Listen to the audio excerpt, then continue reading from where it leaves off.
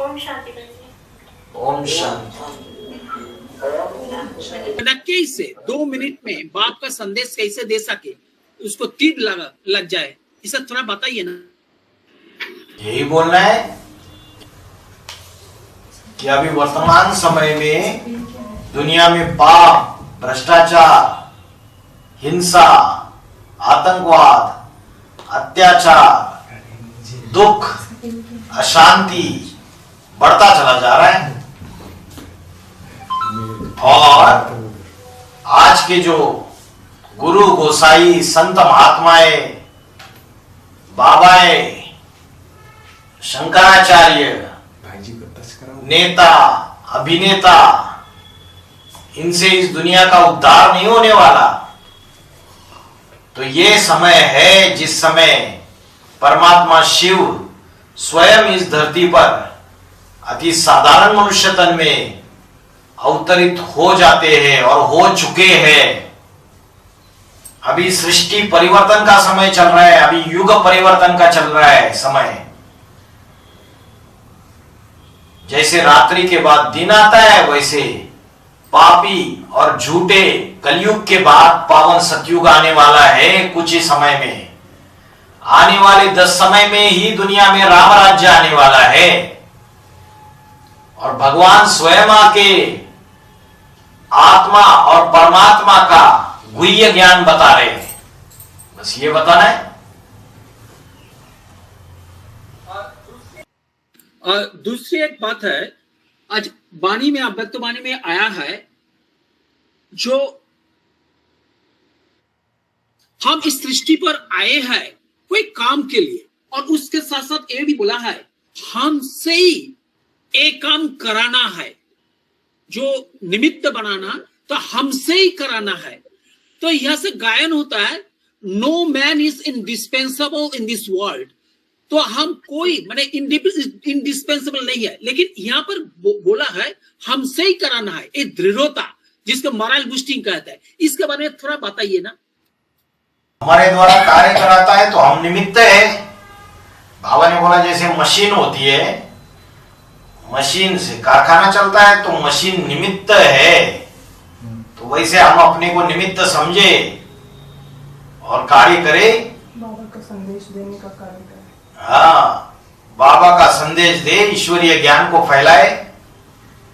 और बाबा ने बोला निश्चय ही विजय की निशानी है। हमें हमारा निश्चय डगमग हो रहा है तो विजय होगी नहीं। फिर अगर ये बोलते हैं कि कोशिश कर रहे हैं, तो बाबा ने बोला कोशिश शब्द को डिक्शनरी से निकाल दो, निश्चय रहे। अभी भी जो अष्टदेवों के परिवार में जो है, उनमें किसी किसी को तो कभी निश्चय रहता है, कभी निश्चय नहीं रहता है। किसी किसी को निश्चय रहता है कि अरे हाँ, अष्टदेवों को निमित्त बना के बाप दादा कार्य कर रहे। किसी किसी को निश्चय उड़ जाता है। निश्चय रहेगा तो नजदीक आएंगे, नजदीक आएंगे तो प्राप्ति करेंगे, प्राप्ति करेंगे तो विजयी बनेंगे। तो यहाँ पर एक महावाक्य है, बालक से मालिक और मालिक से बालक। ये बात भी यहाँ पे लागू हो सकता है। बालक सो मालिक। जब कोई भी बाप बच्चों को राय पूछता है, तो बच्चों को बालक सो मालिक बनना है और राय देनी है। और जब फाइनल डिसीजन हो जाती है और बाप निर्णय बताता है, तो बच्चों को बालक बन जाना है उस समय मालिक से, और उस निर्णय को स्वीकार करना है। अपनी बुद्धि नहीं चलानी है, ना अपनी तिकड़म चलानी है। जो बोले सो निहाल, शस्त्री अकाल, आज्ञाकारी, वफादार, फरमानबरदार और ईमानदार। और बाबा ने ये भी बोला है आज के अव्यक्त वाणी में, जो सेवा के फील्ड में धारणा वैसा ही होना सकते, तो नहीं हम सेवा नहीं कर पाते। धारणा बिना जो मुख से बताते हैं वैसा माफी करना ही चाहिए, नहीं सेवा ठीक से नहीं होगा। उसको प्रैक्टिकल जीवन में बुद्धि में धारण भी करना है। धारण करने के लिए क्या करना है? ज्ञान का मनन चिंतन मंथन करना है, रिवाइज करना है, उसको बार बार जुगाली करनी है उसकी, तब जाके वो धारण होगा बुद्धि में। ऐसा नहीं कि एक कान से सुना और दूसरे कान से निकाल दिया। ओम शांति। तो जो तुरीय अवस्था के बारे में थोड़ा सा एक्सप्लेन कीजिए। चार अवस्था है, एक जागृत अवस्था, एक स्वप्न अवस्था, एक सुप्त अवस्था, एक तुरीय अवस्था। इसका स्टेज क्या है? तुरीय अवस्था के बारे में थोड़ा समझाइए। तुरीय अवस्था जागरूक, उसके बाद स्वप्न अवस्था और तीसरी है सुषुप्त अवस्था और चौथी है तुरीय अवस्था। जो तुरीय अवस्था है वो अवस्था जो है वो सुषुप्त अवस्था के भी परे है। मतलब एक है साकारी अवस्था, एक है अकारी अवस्था और एक है निराकारी अवस्था। तो सुषुप्त अवस्था में निराकारी अवस्था तो होती है, लेकिन वो थोड़े समय के लिए होती है। लेकिन कोई सदाकाल निराकारी, निर्विकारी, निरंकारी अवस्था में टिक जाए तो उसको कहेंगे तुरीय अवस्था। जैसे शिव को बोलते हैं एवर प्योर। ऐसा नहीं कि थोड़े समय के लिए प्योर, एवर प्योर। सदा काल शिव है, सदा शिव है, सदा कल्याणकारी है। हमेशा जब इस धरती पर आता है, किसी मनुष्य तन में प्रवेश करता है, तो उसकी सदा काल के लिए निराकारी, निर्विकारी, निरंकारी अवस्था है। वो देह के बंधन में नहीं बनता है, उसके लगाव झुकाव में नहीं आता है। तो वो जो अवस्था है सदा काल की, उसको तुरीय अवस्था कहते हैं। बाकी सारी आत्माएं चार अवस्थाओं से पसार होती है, सतो प्रधान, सतो सामान्य, रजो और तमो। वो इन चार अवस्थाओं से पसार नहीं होता है। वो सदा शिव है, सदा एक रस अवस्था, एक ही अवस्था, सतो प्रधान 100%। तो तुरीय अवस्था मतलब ऐसी अवस्था है जिस अवस्था से प्रकृति के जो तीन गुण है, सतो, रजो और तमो, इसमें आत्मा पसार नहीं होती है। ऐसे तो दुनिया की 700-800 करोड़ आत्माएं जो भी क्षरित होने वाली है, वो सारी इन अवस्थाओं से पसार होती है। यहां तक कि जो मनुष्य सृष्टि का बाप है, जो नारायण बनता है, वो भी 84 जन्मों में इन अवस्थाओं से पसार होती है उसकी भी आत्मा। वो भी अंतिम जन्म में साधारण नर बनता है और फिर पुरुषार्थ करके नर से नारायण बनता है। लेकिन एक शिव ऐसा है जो जन्म मरण के चक्र में भी नहीं आता है और संगम युग में प्रवेश करके कार्य भी करता है, तो भी वो अपनी हाईएस्ट अवस्था से नीचे नहीं आता है। वो तुरीय अवस्था है। एक बार वहां पहुंच गए तो फिर नीचे आना ही नहीं होगा, वो अवस्था है वो। तो अष्टदेव भी तुरीय अवस्था को प्राप्त करेंगे? अष्टदेव नंबरवार सब? हाँ, शिव हमेशा के लिए, लेकिन वो तो परमधाम में पड़ा रहता है। राम की आत्मा संगम युग में शिव समान बन जाती है और लंबे समय तक उस अवस्था में रहती है। लेकिन बाबा ने बोला सदा शिव नहीं कहेंगे उसको।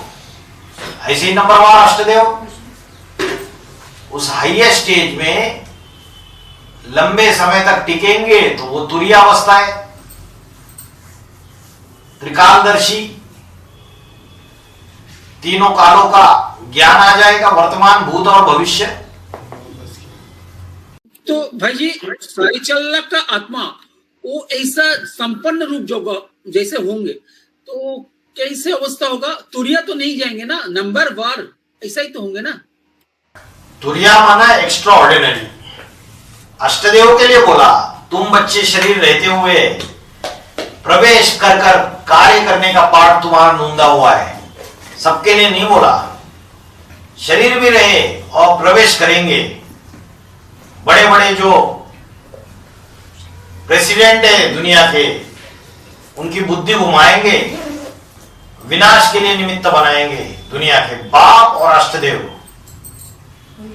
भाई जी प्रवेश करके उनकी बुद्धि घुमाना मतलब मन बुद्धि से वाइब्रेशन से बुद्धि घुमाना या अपने शरीर को कहीं भी सुरक्षित मतलब स्थूल शरीर थोड़ी जाता है।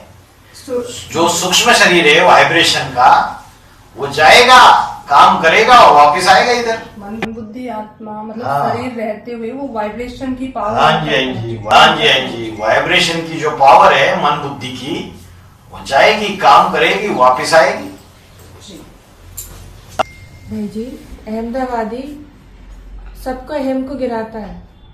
एक सबसे ज्यादा सर्विस करनी है तो एक नहीं 8 होंगे ना? हाँ, अष्टदेव नंबर 1 अहमदाबादी बोला।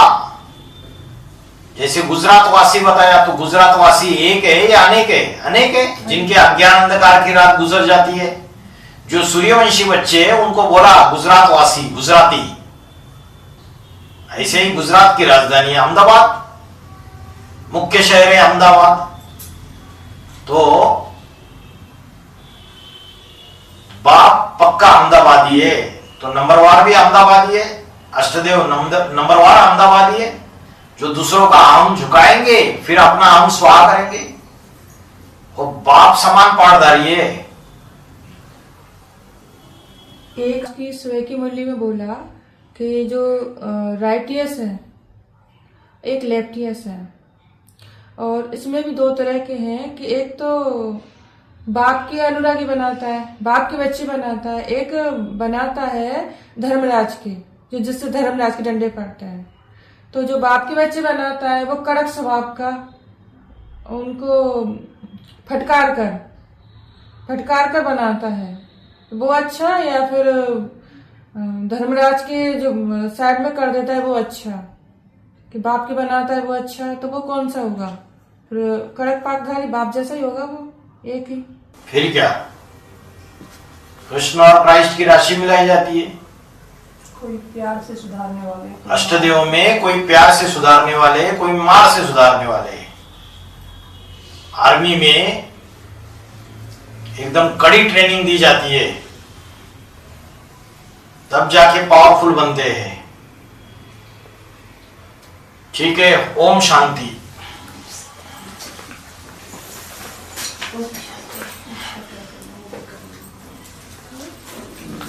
ओम शांति।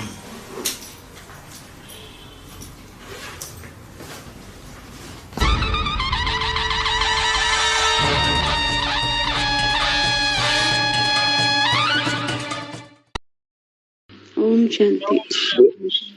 बोला भाई जी, ओम शांति। शांति बोला है जब तक प्रैक्टिकल एक्ट करके ना दिखाए, जब तक प्रैक्टिकल एक्ट करके ना दिखाए, काम करके ना दिखाए, तो उनका नाम कैसे पड़ेगा कि ये अमुक देवता हैं? एक्ट के आधार पर ही शास्त्रों में नाम पड़े हैं। वार्ता 460। हाँ जी, तो ब्राह्मणों की दुनिया में भी प्रैक्टिकल एक्ट करके दिखाएंगे। और ब्राह्मणों की दुनिया में बहुतों को पता है, क्या पता है कि भाई वो तो ऐसा क्रोध करता है, बहनें भी डरती है, तो आज बहुला होगा। अच्छा, क्रोध करता है तो गलत चीज के प्रति क्रोध करता है, डिसिप्लिन लाने के लिए क्रोध करता है, असत्य के प्रति क्रोध करता है, जो अन्याय के प्रति क्रोध करता है, अधर्म के प्रति क्रोध करता है, या ऐसे क्रोध करता रहता है। सत्य को प्रत्यक्ष करने के लिए क्रोध करता है। हाँ जी। भाई जी ओम शांति। ओम शांति। जो आपने बोला है अभी अभी कि ब्रह्मा कुमारी में भी शूटिंग चल रही है बीके में, और एडवांस में भी शूटिंग चल रही है भक्ति मार्ग की, तो वो कैसे चल रही है? ब्रह्मा कुमारी में भी ब्रह्मा बाबा के बड़े बड़े फोटो बना के रखे हुए हैं। आज भी याद आता है उनको, याद करते भी है, इतने साल हो गए।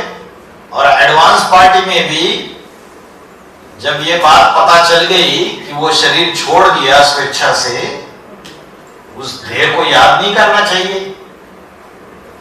वो जो आत्मा पूर्ण बन गई, संपूर्ण बन गई, वह आत्मा कहाँ कार्य कर रही है, कैसे पाठ बजा रही है। जैसे पुरानी डिब्बी है आपके पास जिसमें आपने हीरा रखा हुआ था, और डिब्बी बहुत पुरानी हो गई, इतनी पुरानी हो गई कि डिब्बी ऊपर का जो कवर है वो भी फट गया सारा और टूटती जा रही है डिब्बी। तो आप डिब्बी चेंज करते हो और हीरा दूसरी जगह रख देते हो। तो पुरानी डिब्बी को जब हीरा ही दूसरी जगह आ गया तो पुरानी डिब्बी को याद करके कोई फायदा है? उसमें हीरा ही नहीं है, हीरा गायब है। आत्मा अविनाशी है पहला पार्ट, और शरीर विनाशी है। जब देह विनाशी है तो विनाशी देह को अगर याद कर रहे, जिसके लिए मुरली में मना कर दिया अम्मा मरे तो हलवा खाओ, देह को याद करने वाले उन्होंने देह के ऊपर लगाव लगाया या आत्मा को देखा? बाबा ने बोला जब जब जब ब्रह्मा कुमारी ब्रह्मा बाबा की गोद में आती थी तो बाबा पूछते थे किसकी गोद में आई बच्ची, शिव बाबा की गोद में आई या ब्रह्मा की गोद में आई? अगर ये कहती थी कि ब्रह्मा की गोद में आई तो फिर, और शिव बाबा की गोद में आई तो पास, इसका मतलब क्या था? मतलब देह को जो शरीरधारी है दादा लेखराज, उसके प्रति आकर्षण था, या उसमें जो शिव कार्य कर रहा है उसके प्रति खिंचाव था? क्या था? तो शिव कार्य कर रहा है तो शिव के लिए तो बोल दिया मैं जिस भी तन में प्रवेश करूं उसका नाम ब्रह्मा रखना पड़े। पुरुष जब एक पुरानी जूती छोड़ देता है नई जूती धारण कर लेता है, जैसे एक स्त्री मर जाती है दूसरी स्त्री धारण कर लेता है, वैसे जूतियां तो बदली है।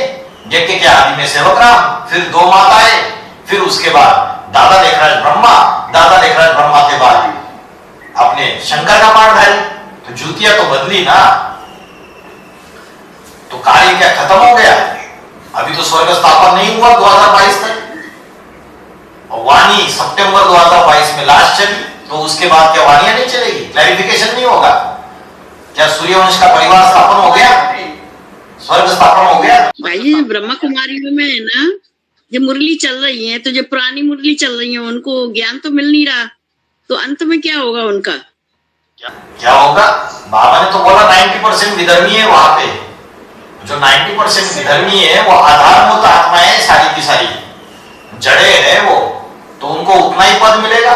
किसी के 2 जन्म कम हो जाएंगे, किसी के 3 जन्म कम हो जाएंगे, किसी के 4 जन्म कम हो जाएंगे। वो पक्के पक्के सूर्यवंशी ब्राह्मण थोड़ी कहे जाएंगे, पक्के देवता थोड़ी कहे जाएंगे। अधूरे ब्राह्मण सो अधूरे देवता।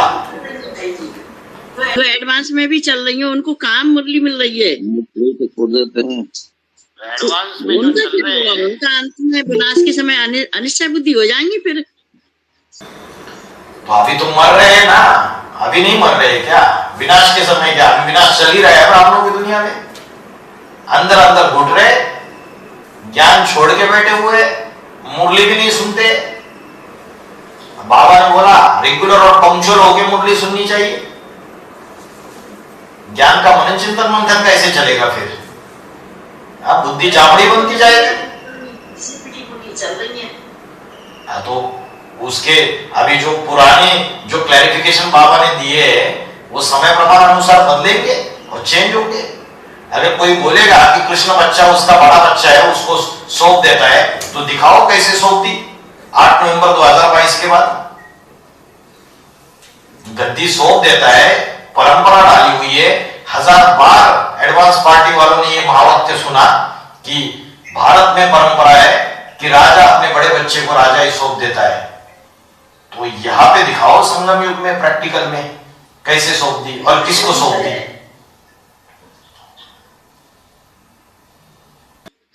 भाई जी, बाबा शरीर छोड़ने के बाद नारायण बनने से पहले बाबा का सूक्ष्म शरीर हिरण्यगर्भ बनता है बोले थे ना। हिरण्यगर्भ माना उनके रोम रोम में ज्ञान का प्रकाश भरा हुआ रहता है।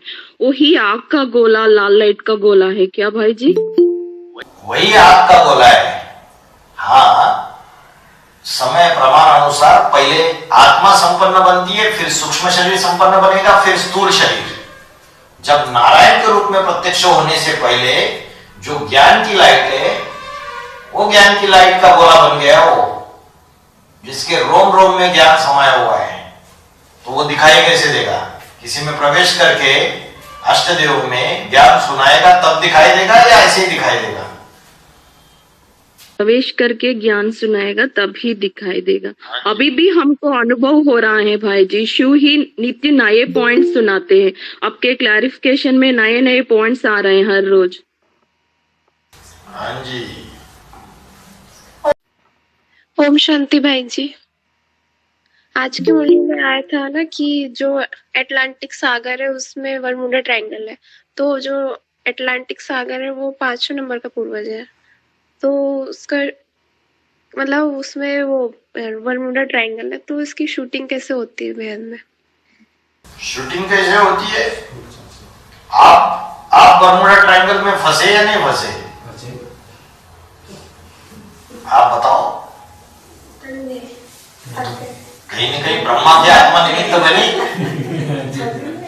है?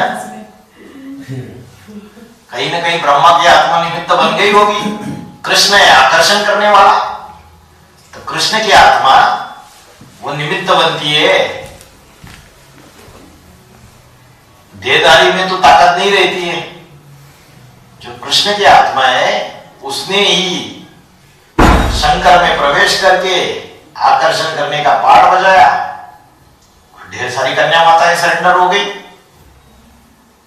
ऐसे ही अभी जितनी कन्या माताएं जुड़ रही है ईश्वरीय सेवा में अर्पण हो रही है, तो क्या वो आत्मा कार्य नहीं कर रही है? कर रही है। बरमूडा ट्रायंगल को बाबा ने बोला भूतों का समूह है वहां पर। हाँ जी। तो ब्रह्मा बाबा भी उसमें होगा।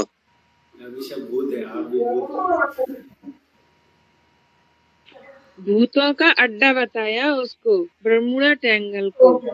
तो भूतों का अड्डा हुआ, जितने भी भूत है ना सारे उसमें फंस जाएंगे। नंबर 1 भूत है।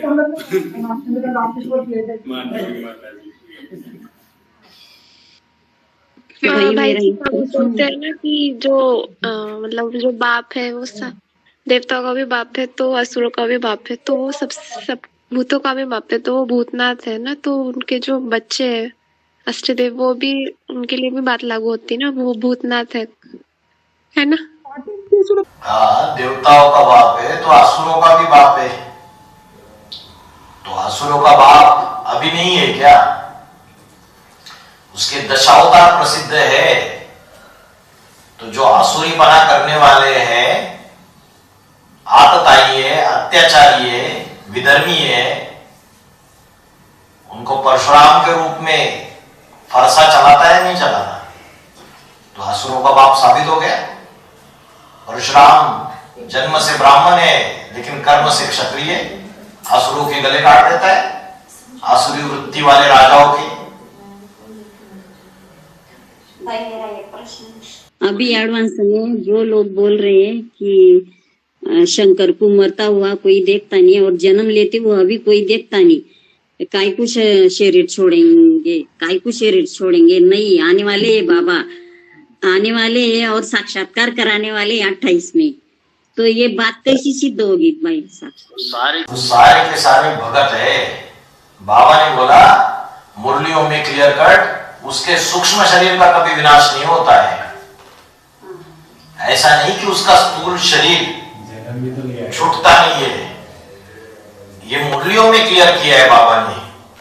वो मुरलियों के सारे पॉइंट्स डाले हुए चैनल्स में, उसको सुनाओ उनको, वो पॉइंट भेजो उनको।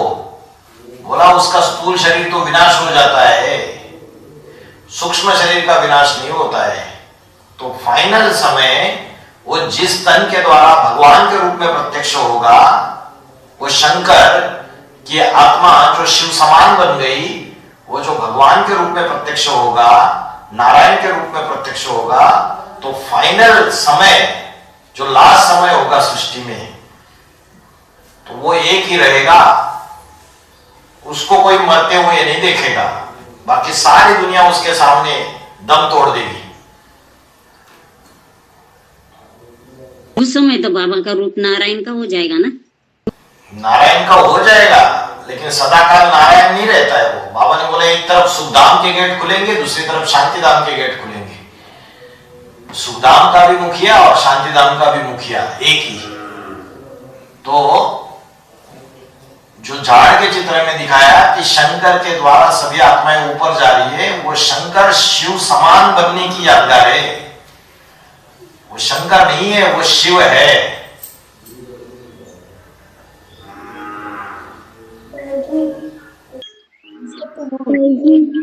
कोई क्वेश्चन? जैसे आप आज के मूल्य में आया कि जो 8 घंटे की आत्मिक स्थिति में स्थित हो जाएंगे, जब 8 घंटे की आत्मिक स्थिति पक्की हो जाएगी तो हमारे अंदर दूसरों को वश करने की शक्ति आ जाएगी। तो इसका क्या मतलब है? दूसरों को वश में करने की शक्ति मतलब कैसे? वश में करने की शक्ति माना आत्मिक स्थिति के जो वाइब्रेशंस है, उन वाइब्रेशंस के प्रभाव में दूसरी आत्माएं आने लगेगी, उनका परिवार बनना चालू हो जाएगा, संगठन बनना चालू हो जाएगा। अभी अष्टदेव के परिवार बिना वशीकरण मंत्र के बन रहे हैं क्या? मतलब जैसे अष्टदेव है, उनकी आत्मिक स्थिति की प्रैक्टिस पक्की हो गई है सबकी, सीट पे सेट हो गए, तो दूसरों के मुकाबले तो ज्यादा है। बिंदु रूपी स्टेज में रहने की जो उनकी मात्रा है, वो दूसरों के मुकाबले तो ज्यादा है। सबसे ज्यादा किसके अंदर है अष्टदेवों में वशीकरण की शक्ति? अष्टदेव में सबसे ज्यादा किसके अंदर है? जो ज्यादा आत्माओं को कंट्रोल करता है, उसके अंदर ज्यादा है। सबसे पहले तो बाबा, फिर उसके बाद 5वें नंबर के पूर्वज। सबसे ज्यादा आत्माओं को कौन कंट्रोल करता है? सबसे ज्यादा पॉपुलेशन किनकी है दुनिया में? 250-300 करोड़ है। 300-350 करोड़ तक जाके पहुंच गई अभी। जरूर संगम युग में ज्यादा सेवा की होगी, ज्यादा आत्माओं को पालना देने के निमित्त बने होंगे यहाँ पे, तभी तो इतनी मल्टीप्लिकेशन हो जाती है अंत में जाके कलयुग में। ये महाभारत में तो दिखाया कि पांडवों के साथ जो भगवान आए कि हमको 5 ग्राम ही दे दो, आधा नहीं दोगे तो फिर अंत में महाभारत युद्ध हुआ। तो यहाँ भी भगवान बोला महाभारत युद्ध से ही प्रसार करना पड़ेगा, इससे तभी स्वर्ग की प्राप्ति होगी। Gateway to heaven Mahabharat. तो यहाँ किस बात के लिए होगा? Gateway to heaven is Mahabharat गृह युद्ध। तो यहाँ गृह युद्ध नहीं चल रही है अभी, यहाँ गृह युद्ध चल रही है। बाबा ने बोला जो विधर्मी आत्मा है वो अष्टदेव के पाठ को मानने के लिए तैयार नहीं होती है। 90% एडवांस पार्टी में जो विधर्मी है वो थोड़ी मानेंगे अष्टदेव के पाठ को। अष्टदेव के जो जन्म जन्मांतर के संगी साथी होंगे, जो सूर्यवंशी है, वो मानेंगे। तो महाभारत गृह युद्ध से पसार हुए बगैर स्वर्ग के गेट नहीं खुलेंगे। चॉइस है और चुनाव करना पड़ेगा, डिसीजन लेना पड़ेगा कि किसका पाला पकड़ना है, किसका पाला नहीं पकड़ना है। तो वो किए बगैर स्वर्ग के गेट नहीं खुलेंगे।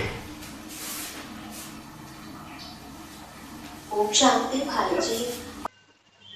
ओम शांति भाई जी। ये जो एक बहुत ही फेमस यानी कि भक्ति है, जैसे कहते हैं रामदासु उनका नाम है। यही गोलकुंडा में उनको इस किले के अंदर रखा गया था। बहुत सारी यातनाएं दी, तो वहां पे चित्र उन्होंने राम जी के बनाए, क्योंकि उनकी गलती इतनी थी कि राम जी का मंदिर बनाया था, तानाशाह ने उनको उसमें कैद कर दिया था। यही एक जगह है भद्राचलम, तो वहां पर उन्होंने राम जी का मंदिर बनाया उस समय, उस काल में। तो वो क्या 5वें नंबर के पूर्वज का ही एक जन्म हो सकता है, क्योंकि जिस तरह से उन्होंने भक्ति की थी, तो कहते हैं कि वो अपने ही स्वशरीर उनको स्वर्ग मिला है। क्या नाम है? उसका नाम तो रामदासु है। उस समय गोपन्ना नाम का वो व्यक्ति था, उसको रामदासु का नाम दिया गया है। यानी कि राम ईयर कौन सा? सेंचुरी शायद 15th सेंचुरी या 15th या 14th सेंचुरी होगा, जब गोलकुंडा बना। बाबा ने बोला अष्टदेव जो है वो जन्म जन्मांतर के संगे साथी है। 83 जन्म भी संगे साथी बनकर रहते हैं। तो जब जन्म लेंगे तो उसके साथ साथ जन्म लेंगे। जो राम की आत्मा है, जो हीरो पाटदारी है, उसके साथ साथ जन्म लेंगे। तो और भी टैली करना पड़ेगा, तब साबित होगी चीजें।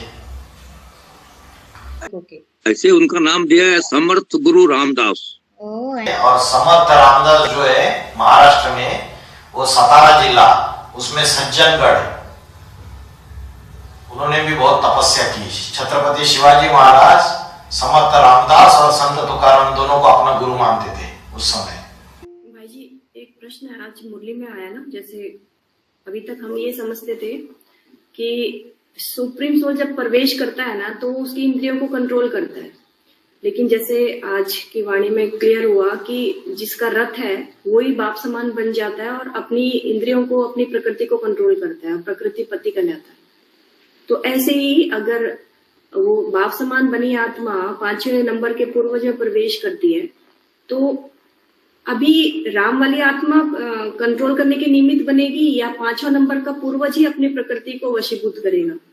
वो जितना निराकारी स्टेज में टिकती है आत्मा, जितना अपनी आत्मिक स्थिति में टिकती है, उतना अपनी इंद्रियों को कंट्रोल करती है। हाँ, इतना है कि जो पावरफुल आत्मा जब प्रवेश करती है तो उस वाइब्रेशन से वो आत्मा अपनी निराकारी स्टेज को और सहज धारण कर पाती है। तो पहले तो जैसे शिव प्रवेश करते हैं तो पहले वो उसकी इंद्रियों को कंट्रोल करते हैं ना, फिर जब उसको अपने समान बनाते हैं तब वो उनके जैसा कंट्रोलिंग पावर रखते हैं। तो यहाँ भी सेम ही ऐसे होगा ना कि राम वाली आत्मा ही पहले इंद्रियों को कंट्रोल करेगी, फिर जाके। बाबा ने बोला अभी इस वाणी में, वो तो पहले से यही बातें आती थी कि उसके देह को, इंद्रियों को मैं कंट्रोल करता हूँ, उसके आत्मा को फ्री छोड़ता हूँ, ये बातें आती थी पहले। इस वाणी में बाबा ने बोला प्रकृतिम स्वामी निष्ठाय, मैं प्रकृति को कंट्रोल करके आता हूँ। ये बात शिव के लिए लागू नहीं होती है। ये बात मनुष्य सृष्टि का बाप जो है, राम वाली आत्मा, वो प्रकृति को कंट्रोल करता है, अपनी प्रकृति को। तो जो 5 तत्वों का शरीर है, किसी को लॉटरी तो नहीं मिली है ना यहाँ। बाबा ने बोला कि बैल पर सवारी हमेशा होती है क्या, सदाकाल होती है क्या? नहीं होती है। तो जिस समय आया उस समय आत्मिक स्थिति के वाइब्रेशन, राम की आत्मा अपने हाईएस्ट स्टेज पे चली जाती है, उसका देह, इंद्रिया कंट्रोल में आती है ना। लेकिन जब चला जाता है तो जरूरी थोड़ी है, तो उस आत्मा को ही अपनी इंद्रियों को ऐसे कंट्रोल करना है, अपनी इंद्रियों को भी कंट्रोल करना है और अपनी जो पहली रचना है प्रकृति जगदम्बा, उसको भी कंट्रोल करना है। तो उसका अपना दायित्व है ये जो श्लोक लागू होता है वो बाद की बात होगी ना, फिर स्टार्टिंग में तो नहीं कह सकते। तो वो तो पुरुषार्थी स्टेज में तो सिर्फ सीखते हैं वो, मतलब कंट्रोल करना। अधीन कर लेता हूँ तो लास्ट की बात संपन्न हो गया। हाँ जी। और आज एक प्रश्न और आया था ना वर्डमुंडा ट्रायंगल का, कि उसमें जो अच्छी ऊंची ऊंची उड़ान भरने वाली आत्माएं है ना, वो भी आकर फंस जाते हैं। हाँ जी। ना जिनका पुरुषार्थ बहुत हायर लेवल पे होता है, और हायर लेवल पे मतलब क्या हुआ, निराकारी स्टेज बनाने में सक्षम होती हैं या बाप को पहचानने में सक्षम होती है, किस आधार पर? नहीं, हायर लेवल का मतलब यही होता है ना, ज्ञान योग के पंख अच्छे होते हैं उनके।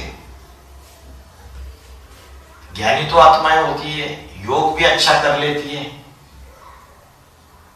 ऐसे जो महारथी आत्माएं, अच्छे आत्माएं, वो भी कहीं ना कहीं उस ट्रायंगल में आके फंस जाते हैं। हाँ जी। उदाहरण स्वरूप विद्यासागर भाई। भाई जी, विधर्मी आत्माएं तो अष्टदेवों को पाठ को मानने के लिए तो तैयार नहीं होती, लेकिन वो सोच रहे हैं हम ही विधर्मी हैं। भाई जी तो बहुत अच्छा सेवा कर रहे हैं, लेकिन वो क्रिश्चियन धर्म का बीज है। अगर वो स्वधर्मी है तो यज्ञ छोड़ के कैसे चले जाता है? ऐसा कुछ बात सुनने में आ रहा है भाई जी। यज्ञ किसको कहते हैं? जो विद्या बहन चला रही है वो यज्ञ है। विद्या लक्ष्मी जो चला रही है वो यज्ञ है। आज भी जो सेंटर तैयार हो रहे, खुल रहे हैं, उसमें आध्यात्मिक विश्वविद्यालय ही नाम लिखा जा रहा है। बाबा ने बोला मधुबन कौन सा है जहां वेद की मिठास और बल मानो वैराग्य वृत्ति हो। अभी तो सेंटर पे बहने एक दूसरे के बाल खींच रहे थे, एक दूसरे को लड़ाई करते और अशांति का वातावरण फैला रहे। जो जिज्ञासु आ रहे हैं उनके बुद्धि में जो ज्ञान की चीज, जो जिज्ञासा है, उसका समाधान भी नहीं करते, तो उसको मधुबन कहेंगे। चार दीवारों के जो सेंटर्स बने हुए हैं, वो बाबा मुक्त होने के बाद और बाबा ने स्वेच्छा से देह त्यागने के बाद, क्या वो मधुबन है असली अर्थ में? बाबा ने जब बोला ही अट्ठ रह गए और तीसरी दुनिया का विनाश हो गया। जब तीसरी दुनिया का विनाश ही हो गया तो जो बीज परिपक्व हो गया वो अपना नया धरनी पे बो के फिर से अपना नया वृक्ष तैयार नहीं करेगा। ये तो फॉर्मूला दिया है बाबा ने। राम वाली आत्मा ने जो अपने जीवन में किया, संगम कृष्ण ने, संगम कृष्ण की राशि क्राइस्ट से मिलाई जाती है, वो सेम फॉलो करता है और वृक्ष से डिटैच हो जाता है कंप्लीट। वृक्ष से डिटैच होकर अपना नया वृक्ष तैयार करता है। तो परिपक्व होने के बाद ही बीज में यह ताकत आती है नया वृक्ष पैदा करने की। और परिपक्वता माना मैच्योरिटी, और मैच्योरिटी माना सीट पे सेट होना। 2018 जैसे यज्ञ के आदि में रामवाली आत्माएं भी बीके परिवार से डिटैच होके अपना नया वृक्ष बनाया, सेम ऐसे ही चल रहा है ना भाई जी अभी? क्या क्यों नहीं चलेगा? बाबा ने बोला है जिसको एडवांस ज्ञान मिल गया, मतलब बुद्धि में अपने पाठ की पहचान हो गई। बाबा ने बोला वो किसी देहदारी दीदी दादिया उनके प्रभाव में नहीं आएगा, किसी की चाटुकारी नहीं करेगा। फिर डूबी जा पहले उसके बुद्धि में बैठ जाएगा, डूबी जा। फिर नंबरवार आत्माएं जिनके बुद्धि में अपना पाठ बैठता जाएगा वो डूबी जा जरूर करेंगे।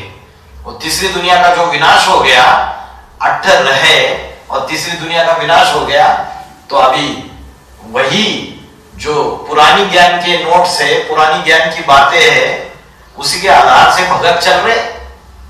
जो नया ज्ञान है, जो ज्ञान की गहराई है, उन भक्तों को मिल ही नहीं रही है। बस कुछ मुरली चुनी हुई निकालते, उसको सुनाते, बस उससे खुश हो जाते।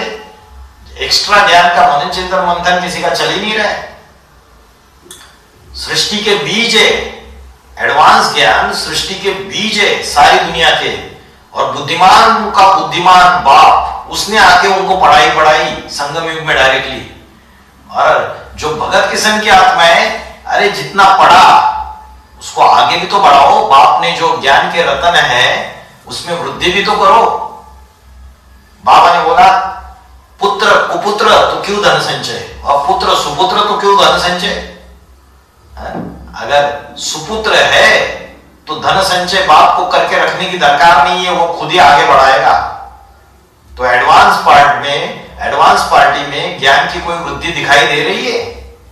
जो पुरानी बातें जिस समय लागू होती है उन्हीं बातों को लेके चल रहे हैं आज भी।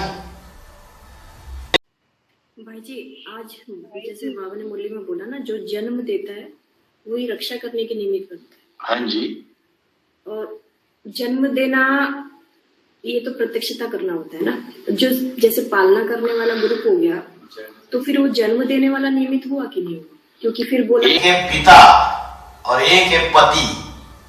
पति माना पाती और पाती माना रक्षा करने वाला। तो आपका जन्म कहां से हुआ? किसने जन्म दिया आपको? किससे प्रभावित होकर इस ज्ञान से जुड़े आप? हम तो किसी मनुष्य से तो प्रभावित नहीं हुए, डायरेक्टली बाबा से ही प्रभावित। तो बाबा से प्रभावित हुए ना, तो जन्म आपको उसी से मिला है ना। और जो साकार है, जिसमें शिव प्रवेश करके पहाड़ बजा रहा था, वही बुद्धि में बैठा आपके, उसी के लिए आप स्वाहा हो गए ईश्वरीय कार्य में, है ना। तो जन्म हुआ। अभी 2018 के बाद बाबा गुप्त हो गए। 8 नवंबर 2022 को बाबा ने स्वेच्छा से देह त्याग दिया। तो क्या वो आत्मा आपकी रक्षा नहीं करेगी? अभी आपको पालना नहीं देगी? देगी। अगर वो बाप है, दुनियाई जैसे क्रिश्चियंस होते हैं, बाबा ने बोला क्रिश्चियंस नास्तिक, वो जन्म दे देते, फिर बोर्डिंग हाउस में डाल देते बच्चों। दुनियाई बाप जैसा तो नहीं होगा। तो जरूर देह त्यागने के बाद भी वो प्रवेश करके जरूर किसी तन के द्वारा पालना का पाठ हो जाएगा। आत्मा तो वही है ना। इसलिए आपने बोला कि ब्रह्मा का पाठ स्थापना के कार्य में अंत तक नूंदा हुआ है। मतलब पालना करना और स्थापना करना फिर एक पॉइंट पे एक ही हो जाते हैं ना। हाँ? एक ही हो जाते हैं। एक ही चीज है। स्थापना के कार्य मतलब स्वर्ग स्थापना की बात बोली, अंत तक नूंदा हुआ है। और बाबा ने बोला ये मुकर्रर भले चला जाए, लेकिन बाप अंत तक नॉन मुकर्रर टेम्पररी रथ के द्वारा कार्य करेगा। तो अंत कौन सा? सूर्यवंशी बच्चों का अंत कौन सा है? 2028-29। तब तक टेम्पररी नॉन मुकर्रर तन से काम करेगा। ये लेटेस्ट वाणी है 2018 के बाद की। मुकर्रर तो चला गया, बाप अंत तक नॉन मुकर्रर टेम्पररी से काम चलाएगा। बाबा चला गया है ये कहकर विनाशी संबंधों, अविनाशी संबंधों को विनाशी क्यों बनाते हो? सिर्फ पाठ परिवर्तन हुआ है। तो वो वाइब्रेशन जो है ज्ञान के, योग के, जो बच्चे सन्मुख आए वो अनुभव करेंगे, बाकी तो अपने अहंकार में रहेंगे।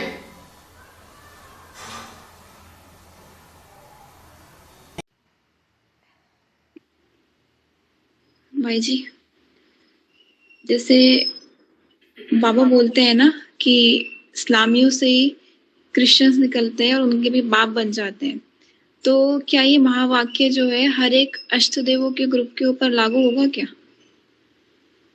फॉर्मूला तो सेम ही रहेगा ना। अष्टदेवों के ग्रुप में भी कोई दूसरा मन का होगा, कोई तीसरा मन का होगा, कोई पांचवा मन का होगा।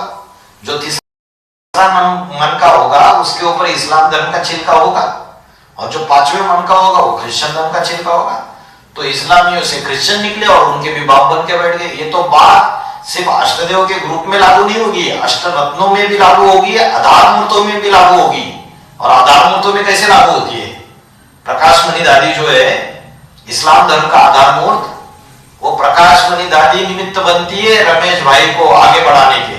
और रमेश भाई जो है बाद में सारा कंट्रोलर बन जाता है सारी संस्था का पूरी तरीके से। पहले तो प्रकाश मणि दादी मुख्य थी, लेकिन बाद में तो नाम मात्र मुखिया बन के रह गई और सारा कंट्रोल यज्ञ का सारे सेंटर्स रमेश भाई के हाथ में आ गए। तो वहां भी हुआ। और बाहर की दुनिया के जो इस्लामी है, जो आज इजराइल में बैठे हुए यहूदी, उनसे भी पावरफुल उनके बच्चे बन जाते हैं Christians. America, Europe, Canada, Australia, New Zealand, उनके भी बाप बन के बैठ जाते हैं। सारी की सारी दुनिया का अधिकार आ जाता है उनके हाथ में। क्रिश्चियंस के राज्य में कभी सूरज डूबता नहीं था बोलते हैं। तो पूर्वज जो है वहां भी शूटिंग होगा, अष्टरत्नों में भी होगा, आधार मूर्तों में भी होगा, बाहर की दुनिया में भी होगा। सब जगह फॉर्मूला लागू होता है। अटलांटिक महासागर को आंध्र महासागर बोलते हैं। तो आंध्र महासागर का मतलब क्या क्या? अटलांटिक महासागर को आंध महासागर बोलते हैं, तो इसका अंध महासागर बोलते हैं। अंध का अर्थ बताया ना, रहस्यमयी, रहस्यमयी, जिसमें रहस्य भरे हुए, सीक्रेट। इंटरनेट पे निकालो, उसका मतलब समझाया हुआ है, रहस्यमयी।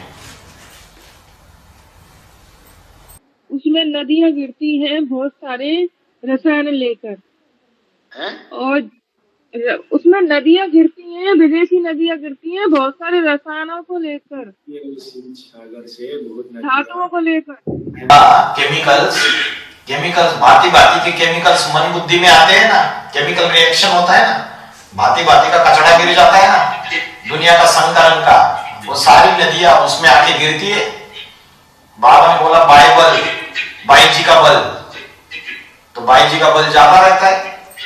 इसलिए क्राइस्ट को जब सूली पे ठोक के मार दिया तो आजू बाजू में कन्या माताएं ज्यादा खड़ी थी। तो यहां भी 5वें नंबर के पूर्वज का जो संगठन रहेगा उसमें बाई जी का बल ज्यादा रहेगा, ज्यादा कन्या माताएं रहेगी। तो वो नदियां नहीं है क्या? वो नदियां है, और उनके अंदर केमिकल्स नहीं है क्या? है। वो केमिकल्स वो सारा पोता में देगी तो वो सारा सागर में नहीं डालेगी, सागर में गिरता है सारा का सारा। जैसे जो हम मतलब संगम में जो करते हैं उसकी शूटिंग जो है बॉर्ड ड्रामा में होती है हमारा, तो ऐसी जो क्राइस्ट था तो उनको जो है मतलब पहले उन्होंने मतलब उनके अंदर जो सोल आई थी धर्मपिता की, तो उसके द्वारा उन्होंने अपना सारे फॉलोअर्स को इकट्ठा किया, ज्ञान दिया। फिर लास्ट में उनके साथ क्या हुआ कि उनको सूली पे ठोक के मार दिया गया। तो ऐसा मतलब फिर जो क्राइस्ट है वो तो मतलब 5वें नंबर का जो अष्टदेव है उसके लिए बोला गया है। तो ये जो क्या कील ठोकने की बात है वो कैसे मतलब लागू होती है क्या? मतलब अरे लागू नहीं हुई क्या अभी? बाबा और क्या बोला कि 3 दिन में वो वापस आ गया। ऐसा नहीं सूली पे ठोक के मार दिया क्राइस्ट को, 3 दिन में वो वापस आ गया। और अभी ये बात लागू नहीं हुई क्या? सूली पे ठोक के मार नहीं दिया उसको, 5वें नंबर के पूर्वज को, भूल गए? 4 फरवरी 2024 को माया बेटी ने सारी एडवांस पार्टी में भारत में विदेशों में एक वीडियो जारी कर दिया, और उस वीडियो में 5वें नंबर के पूर्वज की खूब ग्लानि की। तो ग्लानि करना माना सूली पे ठोक के मारना। और ब्राह्मणों की दुनिया में ऐसा विष जहर घोल दिया कि सबकी बुद्धि में उसके प्रति निगेटिविटी ही बैठ गई। तो सूली पे ठोक के नहीं मारा उसको, मारा। जब सूली पे ठोक के मारते हैं तो दर्द होता है, तो जब ग्लानि करेंगे बहुत सारी और संकल्प भी निगेटिव चलेंगे उस आत्मा के प्रति, तो उसको तकलीफ नहीं होगी क्या? तकलीफ होगी। लेकिन आत्मिक स्थिति में रहने वाला है इसलिए परवाह नहीं करता है, और सीट पर सेट है। तो बोला 3 दिन में फिर से वापस आ गया। तो यहां भी ब्राह्मणों की दुनिया में अगर अल्पकाल के लिए उसका कोई असर हुआ रहेगा, उसको तुरंत उड़ गया। 7 दिन के बाद माया बेटी का वीडियो जारी कर दिया है? बाबा ने बोला शठे शाठ्यम समाचरित, जो शठ है उसके साथ शठ जैसा ही व्यवहार करना चाहिए, प्रभाव में नहीं आना चाहिए। जो सीधे साधे ब्राह्मण है उनके साथ धोखा करता है? अच्छे से ज्ञान में चलने वाले उनके रास्ते में विघ्नों की दीवार बन के खड़ी हो जाती है वो माया बेटी, तो उसके साथ शठ जैसा ही व्यवहार करना चाहिए। बिनु भय हो ही ना प्रीत गुसाई, भय के सिवाय प्रीत नहीं आ सकती। तो कभी कभी भय दिखाना भी पड़ता है। तो हो गया, सूली पे ठोक के मारने का शूटिंग हो गया। अभी फिर से कराना चाहते हैं क्या? अभी भी हो रही है शूटिंग, अभी भी ग्लानि फैली हुई है, अभी भी विष डालते रहते हैं, रेगुलर जहर डालते रहते हैं। भाई जी जैसे 5वें नंबर का जो पूर्वज है वो जैसे हम हमें सारे जो ये अभी जो उनके ग्रुप में इकट्ठे हैं लोग सबको बताते हैं माया बेटी के बारे में, उनके जो भी करतूत है, जो भी वो करते हैं यज्ञ के अंदर। तो ऐसी वो माया बेटी भी यज्ञ के अंदर ऐसे बताती होगी 5वें नंबर के पूर्वज के बारे में। उसका जो परिवार होगा, उसका जो ग्रुप होगा, सिर्फ उनको ही बताया उसने या सारी ब्राह्मणों की दुनिया को बताया? सारी ब्राह्मणों की दुनिया को झूठी झूठी बातें बता के रखी। 5वें नंबर का पूर्वज सच्चा है, इसलिए अभी भी नाच रहा है, डांस कर रहा है ज्ञान की। सच तो बेटो नच, वो झूठी है इसलिए भागी हुई है, कहीं दिखाई नहीं दे रही है, छुप छुप के बैठती है और अभी इतनी भागी हुई है, इतनी भागी हुई है, डर है उसको, रातों की नींद हराम है उसकी। अभी केस भी रजिस्टर्ड हो चुका है। तो जैसे माया बेटी बताती तो है, लेकिन जरूरी नहीं है ना कि सारे लोग, सारे ब्राह्मण परिवार उसमें विश्वास करें। आपने नहीं किया है इसलिए आप इधर हो। जितना सहयोग पूर्व जन्मों में उस 5वें नंबर के पूर्वज ने दूसरे आत्माओं को किया होगा, उतना ही सहयोग उसे मिलेगा अभी, उससे ज्यादा नहीं मिलेगा और उससे कम भी नहीं मिलेगा। जितना किया होगा उतना आत्माओं का सहयोग मिलेगा।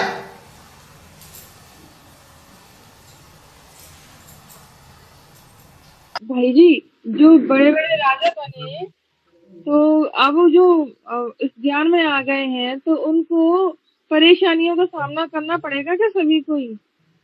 हाँ सभी को।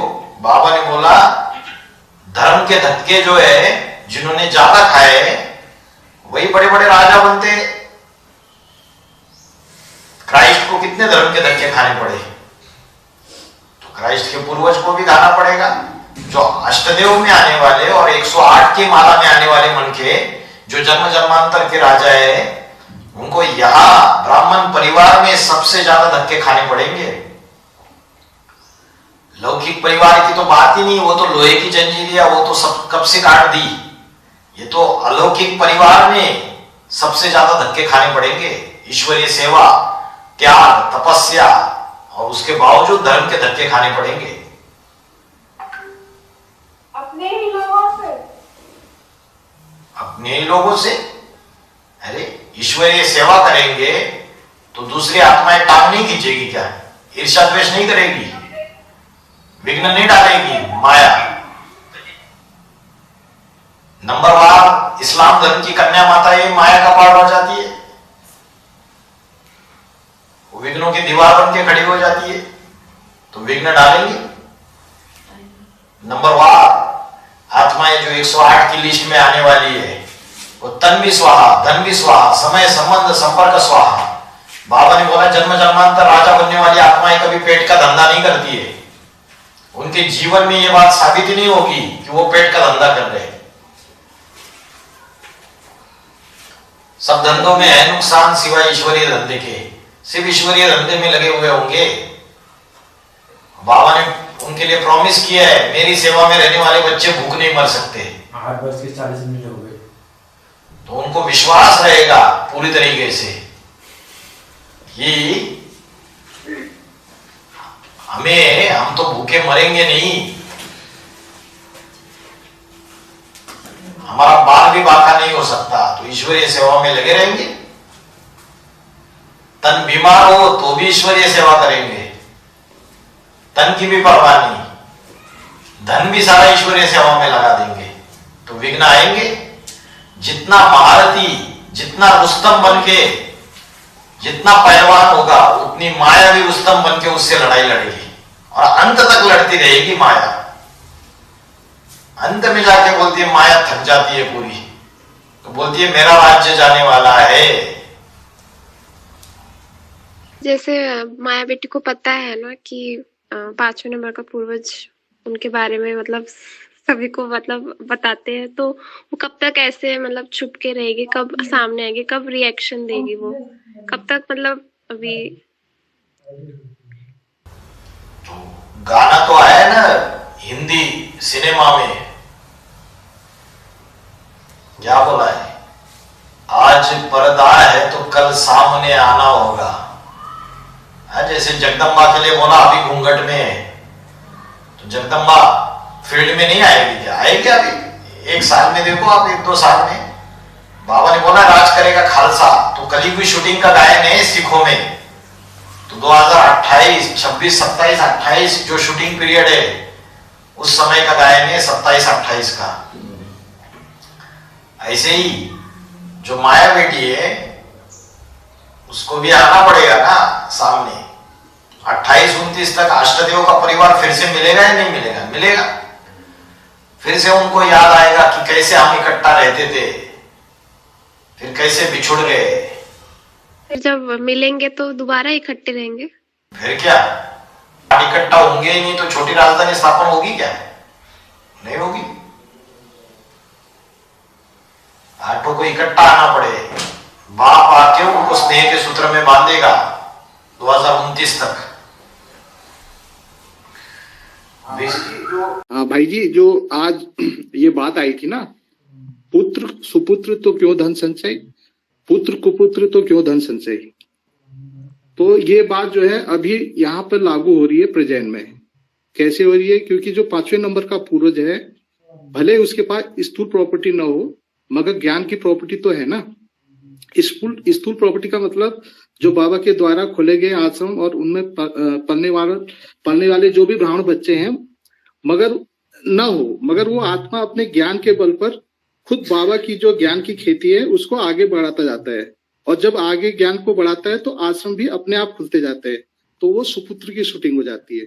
और बाकी जो बाबा के द्वारा खोले गए आश्रम है उनमें रहने वाले जो भी बड़े बड़े पाठधारी है, ना ही वो ज्ञान की खेती करते, ना ही ब्राह्मण बच्चों को उमंग उत्साह देते, तो उनका मनोबल तो गिराते जाते हैं। और जो भी ईश्वर की सेवा करना चाहते हैं उनको करने नहीं देते। जबकि बाबा ने बोला अगर कहीं गंदगी फैली है तो उसको सफाई करो, और अगर सेवा इतनी पड़ी है तो सेवा करो, उसमें पूछने की क्या जरूरत है। मगर ये जो बड़े बड़े पाठधारी है वो क्या कर रहे हैं? वो जो सेवा कर रहे हैं उनको गेट आउट कर दे रहे हैं, यज्ञ से निकाल दे रहे हैं और अपनी मनमत चला रहे हैं। तो जो बाबा ने ज्ञान दिया उसका उल्टा यूज कर रहे हैं और यज्ञ से ब्राह्मण वंश टूटते जा रहे हैं। तो ये कौन सी शूटिंग कर रहे हैं? कुपुत्र की। तो अभी जो माता जी पूछ रही थी ना कि बाबा के जो यज्ञ है उसमें भाई जी को निकाल दिया, तो भाई जिसके पास ज्ञान होगा तो वो सुपुत्र कहलाएगा ना, वो अपने आप सब कुछ करेगा। मगर जो कुपुत्र है वो ज्ञान को डाउन कर देगा और बाबा के जो भी बड़ा हुआ है उसको वो कर देगा। इसलिए राम वाली आत्मा के लिए भी बोला यज्ञ कुंड से कुछ नहीं मिलेगा, ये लोग तीर कमा और खा। तो वही संगम युग कृष्ण की राशि प्राइस से मिलाई जाती है। ज्ञान के तीर कमान लो, कमाओ, खाओ, ईश्वरीय संगठन तैयार करो। ठीक है भाई जी, बढ़िया, सही मंथन है, परफेक्ट। ठीक है, ओम शांति। रुकते ओम शांति। ओम शांति। बलराम भाई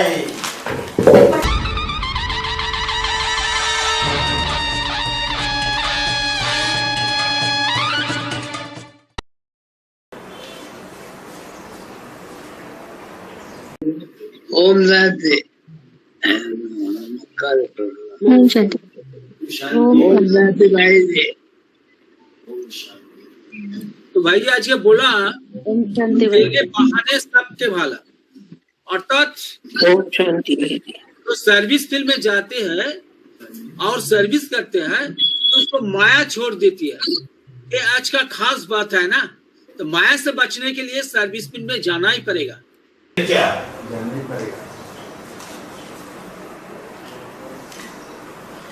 घर में बैठ के नहीं होगा, ईश्वरीय सेवा।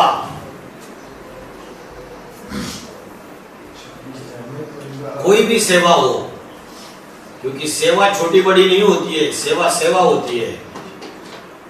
अगर मधुबन से भी कोई सेवा का चांस मिले, कैसी भी सेवा हो, तुरंत हाजी का पाठ बजाना चाहिए। हाँ जी, हाँ जी बहन जी, हाँ जी बाबा, हाँ जी का पाठ बजाना चाहिए। लेकिन कोई कोई बच्चे क्या करते हैं, बहाने मार देते। कैसी भी ईश्वरीय सेवा मिले, हमें ईश्वरीय कार्य में सहयोगी बनना है पूरी तरीके से। हड्डी हड्डी सेवा करनी है, दधीची मिसल हड्डी हड्डी त्याग करना है, इस यज्ञ में स्वाहा करना है। दूसरी एक बात है भाई जी, पोतामेल के बारे में आज ये बोला है, जे पोतामेल देने से बाबा से कारण मिलती है, तो इसके बारे में एक प्रश्न आता, तो बाबा ने बोला है 1 बार माफ, 2 बार माफ, 3 बार माफ नहीं होगी, तो कारण तो दे दिया, तो हमारा तो करेक्शन होना चाहिए ना पोतामेल देने के बाद, क्योंकि बाबा से कारण मिलती है ना। तो मिलता है ना, वो वाइब्रेशन से करंट मिलता है या कोई स्थूल वाचा से पोतामेल का जवाब मिलता है, वाइब्रेशन से मिलता है। और रोज की मुरली में बाबा तो बच्चों से बात करते ही है। वेदी लंका दाए, तो इसका बेहद का मीनिंग क्या है, जिसका ट्रेचरर कहते हैं ना, जो वफादार नहीं है, विभीषण, मिर्जाफर, ऐसा ही कह सकता है ना। घर का भेदी लंका डाए, जो धोखेबाज है, जो भी धोखेबाज होते हैं वो विनाश के निमित्त बन जाते हैं। राज परिवार के राजा का जो राज्य है उसमें विनाश के निमित्त बन जाते हैं। चलो, ओम शांति।